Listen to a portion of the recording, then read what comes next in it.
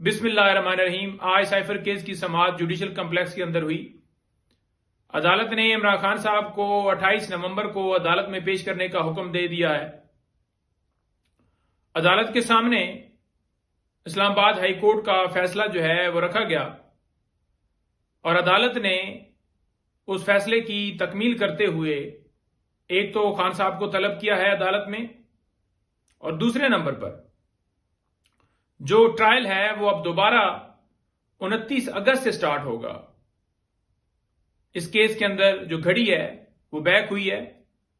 ہم یہ روزانہ کہہ رہے تھے کہ یہ کیس جس طرح سے چلایا جا رہا ہے، یہ سارے کیسز جھوٹے ہیں، چاہے القادر ہو، توشہ خانہ ہو، یہ سائفر ہو یا دیگر کیسز ہوں، اور کارروائیاں بھی اسی طرح سے کی جا رہی ہیں جو آپ کے سامنے ساری بات آپ کو نظر آ گئی ہے۔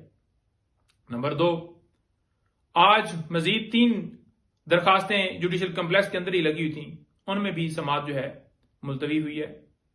نمبر 3، القادر ٹرسٹ کیس کی سماعت جو ہے اڈیالہ جیل میں ہوگی۔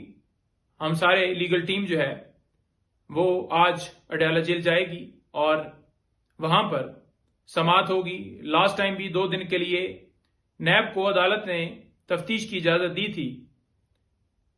نیب نے اس وقت ریمانڈ مانگا تھا اس بنیاد کے اوپر کہ ہمیں جو اوریجنل ڈیڈ آف ڈونیشن ہے وہ چاہیے، حالانکہ تمام دستاویزات عمران خان صاحب کی طرف سے فراہم کر دیے گئے اور اس سے پہلے جتنے سوالات بار بار بلا کے کیے گئے، خان صاحب نے تمام سوالات کے جوابات دے دیے، لیکن پھر بھی ہیلے بہانوں سے تفتیش کی، ریمانڈ کی اجازت لینے کی استدعا جو ہے کی جاتی ہے۔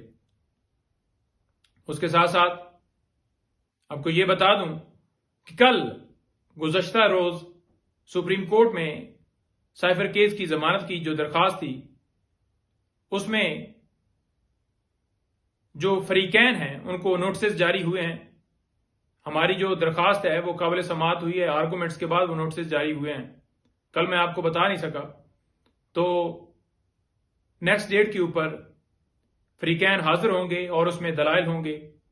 اسی طرح سے جو کویشمنٹ اور فرد جرم کی جو کارروائی کے حوالے سے جو درخواست سپریم کورٹ میں دائر تھی، اس میں حامد خان صاحب کی طرف سے یہ کہا گیا کہ